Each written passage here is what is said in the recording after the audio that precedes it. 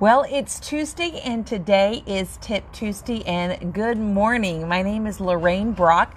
I am a professional organizer, family coach, and speaker, and the owner of a company called Get Organized. And every Tuesday I bring you guys tips. Thus, it's Tip Tuesday on your home, business, and life. So recently, I live in the North Texas area, and recently we had quite a few storms pass through. And one of those storms, in fact, multiple storms included a tornado. So I wasn't originally going to speak on the subject today, which is all about weather safe spaces. That was not my original lineup for today, but I thought that it's so timely with all these storms just happening. I thought no matter where you are in the United States or in the world, it's really important to have a safe space when it comes to bad weather. Now, there's a safe space that will definitely be different if it was a fire, but wanted to really focus on the weather and having a place to go. Now, you're going to have to decide where that safe space is in your home, and we're going to talk about that. But anyway, so what ended up happening a few nights ago is we got a tornado warning, and it was coming from the airport heading northeast. And as soon as I had this alert on my phone, so that was the first, realization that the storm was, getting bad. Then we started, making some plans in the house, and no one seemed to be really, to be honest, no one in the household seemed to really care. Like, I was like the only one. I'm like, guys, there's a tornado in Dallas, and they kept playing their video games, watching their football, making food. And like, am I the only one that is actually watching the weather and starting to make some preparations? Now, I didn't want to alarm anybody. Our sirens around us was not going off, but tornadoes can turn. So we started the night. It even got worse. And I said, guys, at least let's get the two vehicles that are uninsured in the garage, because if damage happened, those vehicles are uninsured. And one of them happened to be, that actually were our two sons. So I backed out my car. I was in my PJs, completely got drenched, took my car around front, let them park in. It was like a sardine can in there, and they were having to crawl through windows and doors on the other side to get out. It was absolutely chaos. I was drenched. They were drenched. We had things that had to be moved in the garage. And long story short, we got the cars in, and everyone went back to their ways. A few of them passed by the computer and started watching. And it took time for them to realize that this storm, was really bad. It was crazy. So anyway, I'm the one that saved the family. I'm the one that got everyone. I said, guys, you got to log off. We got to get in our safe space. And I don't know. Sometimes I don't think people realize that, it takes preparation once you hear the storm is around you. It's not, hey, the storm's here, let's make preparation. And so I guess I was the instead of designated driver, I was a designated storm watcher. And I did delegate. So we'll talk about that. So let's jump in right to our tips today on organizing a weather safe space. And I'm going to give you 3 tips. We could expand on these tips greatly, but I'm going to try to keep them short and sweet. Tip number 1 is decide on the area of your area for a storm safe place. Make sure this room is for everyone. For example, you want to make sure the space can fit everyone in your household that normally lives there, including your pets. And you're going to need to think about this, because our safe space is underneath our stairs, but there is things underneath our stairs. And one of the things that I was able to do is delegate to someone in the family. Actually, we had a guest over. I said, you right now, go start clearing everything out from under the stairs. Now, could we have walked in without clearing everything? We could have, but it would have been tight and we would have not been able to sit down. So we had time. I was prepping. I was watching, the weather. I was looking at time and the speed of this tornado. And so I said, go in there, clean out underneath the stairs, and that is your job. Get that done. So you want to make sure, and I am no expert on weather safety, But my understanding is you need to find a place that has no windows, and you want to try to find an interior room of your home. We don't have any interior windows on the lower floor, or any interior rooms on the lower floor that doesn't have windows in it. So what we opted to do was the second best, is we ended up doing underneath the stairs, which is definitely more secure because of the construction, but it is an exterior wall. But we also thought, based on the room, and there was no windows, that was going to be our best bet if a tornado hit our home. So we made that decision. And again, the decision that you make for, let's say, escaping a fire, there would be a total different location, and I would recommend it not being in your home. It needs to be somewhere at a neighbor's house.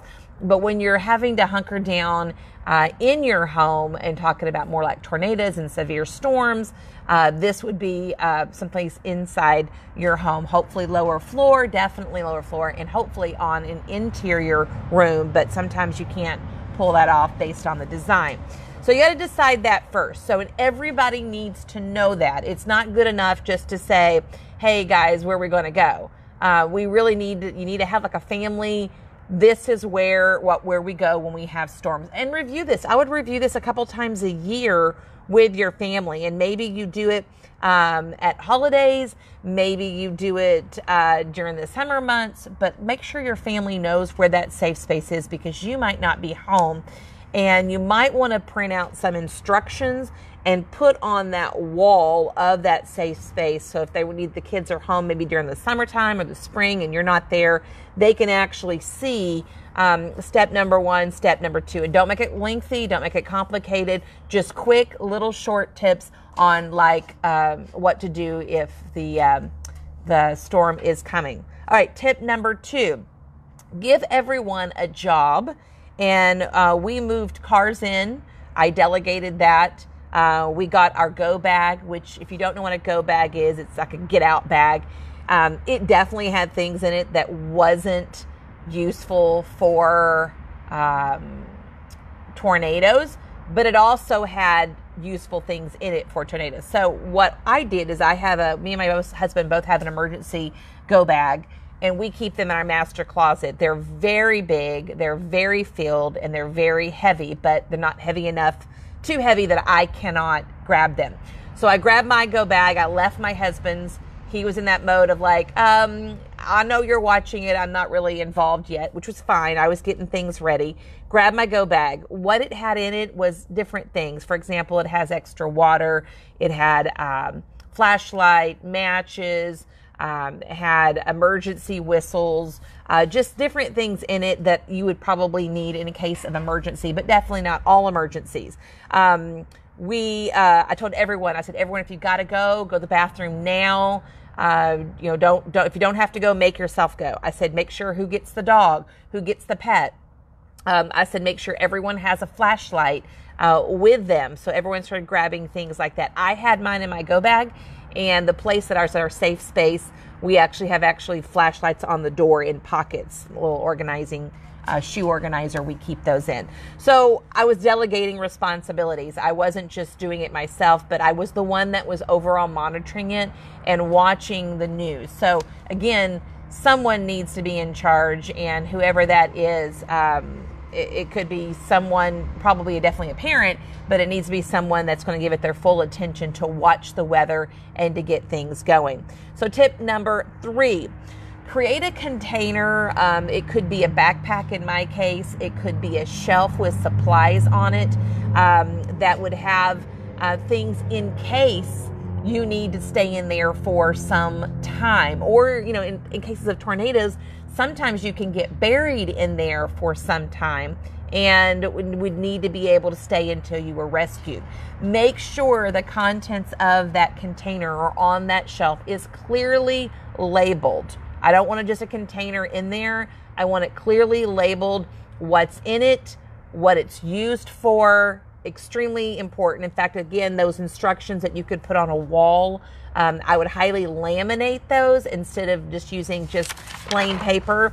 Laminate those instructions and adhere them to the wall That way that if there is any kind of rain or wind that gets in there, it's a little bit more thicker and it's going to be adhesed to the wall much better. So create a container. You could just get a plastic tote and put different things in it and never open it until it's actually needed. Some people might have things on a shelf in littler containers. That is fine, but you need to have the supplies in there. You don't have time to go gather all of them. I gathered my go bag, got it, put it in there. And let me just give you a few items that I want you to really consider putting in your weather safe space. One is the NOAA weather radio. And I have one of these. I actually have had one of these for years. Love them. It's the National something, something, something, something. I don't know what it stands for, but it's the National Weather Radio. And it monitors all the weather. It has a repeating, if something changes, it will change what it repeats. It is up to the minute. I'm sure it's where the meteorologists get their information from as well. This is important to have. They may have crank ones where they don't work off of batteries, but they work off of cranking. That would be fine. I prefer the batteries, but you need to keep an extra supply of batteries for the radio, and including your flashlight. So you want the NOAA weather radio, and you want extra batteries that will fit that, as well as the flashlight. Now, if you keep the batteries in the radio for lengthy periods of time, the problem is they will probably corrode and actually ruin the connection where the batteries connect. So I would actually take the batteries out when they're stored in that closet or in that box and put them in there when it's time. And again, have multiple sets of batteries for that and your flashlight. Another thing that you need to keep is food, including water for your pets and food for your pets. This doesn't have to be for a week. I would just say 24 hours worth of snacks. You could do a lot of MREs that are military type food, granola bars that are military type food. They're actually wrapped and preserved in a much better type of container that will be good for years. That's the kind of food I would put in there. I mean, you could put everyday snacks in there, but they're not going to last as long and you'll have to keep replenishing. So make sure you get something that's going to be more of the MREs, meals ready that the military uses. You could get any kind of military type. There's stores all around. Just look for like military supply places and they will have food. You can order on them on Amazon, including water, just some bottled water in there. Make sure there's plenty for everyone in your household, including your pets. And concerning pets, I mean, I guess the pet could drink out of your hand, but you really want to keep some kind of bowl in there that you could pour the water in for your pet as well. Another thing is blankets. It's not necessarily that you're going to be cold and you might end up getting wet, but it is a little bit more comfortable if you're going to have to squeeze into a small space and the kids might fall asleep. So put some blankets in there for everyone that could be secured in that area. The other thing is medication. So the storm happened, I think it ended up being around 9:15-ish, 9:30-ish, that it actually we knew we were going to be safe. But let's just say that went into the night and you have to have medication at a certain time. Just keep a little bitty pill box in there with the medication. I would, however, because people forget, to make sure you identify what the medication is and how much that needs to be taken and how often. Because again, you may not be in that safe space. It actually may be somebody else, and they need to be able to read instructions and know what things are for. Maybe it's someone watching your kids or just the kids themselves. So don't just throw pills into the container of all your supplies for your safe space. Actually label and identify. The other thing is a horn and whistle. Now, you heard me mention this earlier. This is really an important thing. Actually, there's a lot of places this could be really important, even on your keychain for everyday life if you're in the middle of someone assaulting you. But a whistle is really good for people to be able to hear you if you're if they can't hear your voice. And let's say that you were stuck, you were buried under some rubble and something happened to collapse in your home. Blowing that whistle will allow people to follow you, and it won't let your throat get tired. Eventually you're going to get tired of screaming. Your voice is going to go.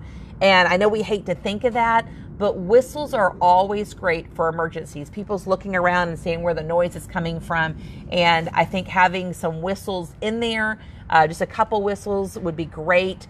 Someone else could blow on the whistle if someone else wanted to stop, and just a whistle or two in there. So those are just a couple tips that I have for your safe space. So if you don't have one, out of all this drama and devastation that we've had recently in the Dallas, Fort Worth area, North Texas, this is the time to actually go ahead and get prepped. Put on your grocery list, make a special run to the store, start buying some supplies every payday. And over time, you will build up your survival box, or put the items on the shelf that need to be, and you will have everything you need. So hopefully you enjoyed those tips, and we'll take action on those rather sooner than later. All right, so let's go into our winner from last week. We gave away a Chick-fil-A gift card.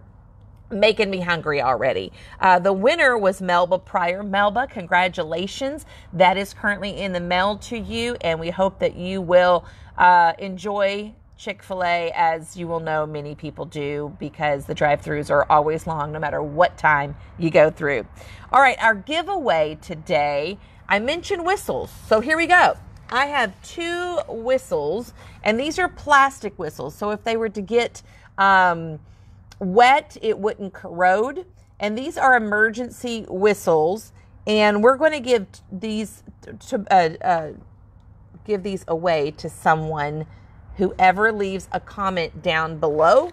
Let us know. What we want to know this week is what was your safe space in your home, and did you realize that you needed to have some different things that maybe you weren't quite prepared for? We sort of want to hear your story if you're in the North Texas area. If you're in another area of the United States, we'd love to hear if you've ever created a safe space and what some items that you might put in there as well. Everyone's going to benefit from this, so please leave some comments down below. Again, if you're in the North Dallas area, you're going to have a different, more fresher story, but we want to hear from everyone. Everyone should have a safe space. So once you leave a comment down below, we will pick someone randomly on Sunday evening, and then we'll announce you next week on Tip Tuesday, whoever won the whistles that we're giving away, emergency whistles that you all need to have. We all need to have them. All right, our Tip Tuesday tool of the week. I did something a little different today, so I wanted to show you. Our Tip Tuesday tool of the week, we always have a product or something in here, a resource that helps you be better organized. And I went a little different this time, so I hope you'll go along with me.